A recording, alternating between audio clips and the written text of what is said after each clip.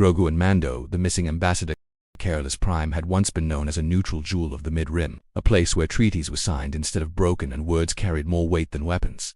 Now the planet was tearing itself apart. Civilian districts burned alongside government spires, and the skies were choked with ash, drones, and emergency beacons all screaming at once. Din Djarin brought the ship in low, skimming over rooftops as anti-air alarms wailed below. He killed the engines behind the shattered remains of the diplomatic quarter, letting silence return only for a moment. Grogu stirred in his seat, sensing the unrest long before they touched ground. "Our job is simple," Din said, locking his helmet into place as he stood. "Find the ambassador. Get him out. No casualties." Grogu looked up at him, eyes wide, already knowing it would not be simple at all. The embassy complex was half collapsed, its once polished halls reduced to cracked marble and hanging banners. The smell of smoke mixed with fear, and Grogu felt it everywhere, thousands of minds shouting at once. Somewhere beneath it all was a single calm presence, steady like a candle refusing to go out in a storm. They moved room by room. Din checked corners, disarmed traps, and avoided firing unless absolutely necessary. The rebels weren't mindless. They were desperate, young, frightened, and convinced they were doing the right thing. Grogu followed the pool deeper underground, into transit tunnels meant for diplomats who never wanted to be seen. That was where they found the truth. The ambassador had not been kidnapped violently. He had walked with the rebels, hoping to negotiate, believing his words could still stop the bloodshed. Instead, he had become leverage. The tunnel chamber was crowded. Armed rebels argued in hushed, frantic voices. The ambassador stood in the center, bruised but unbroken, refusing to sit or kneel. His fear was controlled, but it was there.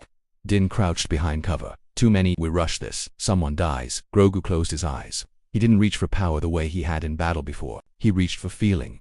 Doubt, exhaustion, the quiet voice inside each rebel asking, "Is this really the way?" The force flowed outward, soft and unseen. Voices faltered, anger dulled, fingers loosened on triggers. One rebel lowered his weapon first, then another. Confusion spread faster than rage ever had. Din moved, disarmed, stunned, and redirected, never killing, never hesitating. By the time the rebels realized what was happening, it was already over. They were alive, unharmed, and no longer holding anyone hostage. The ambassador stared at Grogu in disbelief. "You didn't overpower them," he said quietly. "You reminded them." Grogu simply blinked. The escape was worse. The city above was collapsing into full-scale revolt. Buildings fell. Streets flooded with panicked crowds. Their planned route vanished under debris, and airspace became hostile within minutes. As explosions rocked the district, a tower began to collapse directly in their path. Grogu stepped forward. Stone slowed. Metal groaned and shifted aside. Not frozen, not throne-guided, just long enough. Din shielded the ambassador as they ran, blaster fire grazing his armor but never finding flesh. At the landing pad, enemy fighters screamed overhead.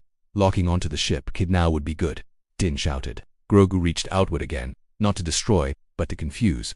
Targeting systems flickered, sensors filled with contradictory readings. Missiles failed to lock. The ship lifted through fire and smoke, punching into the sky as the city shrank beneath them. Only in orbit did the silence return. The ambassador sat heavily, hands shaking now that it was over. "That child," he said softly. "He didn't just save me. He saved what this world could still become." Din looked at Grogu, who had already curled up, exhausted. "He does that," Din replied. They jumped to hyperspace, leaving Careless Prime behind, not healed, but alive. Some rescues were about extraction, others were about hope. This one had been both.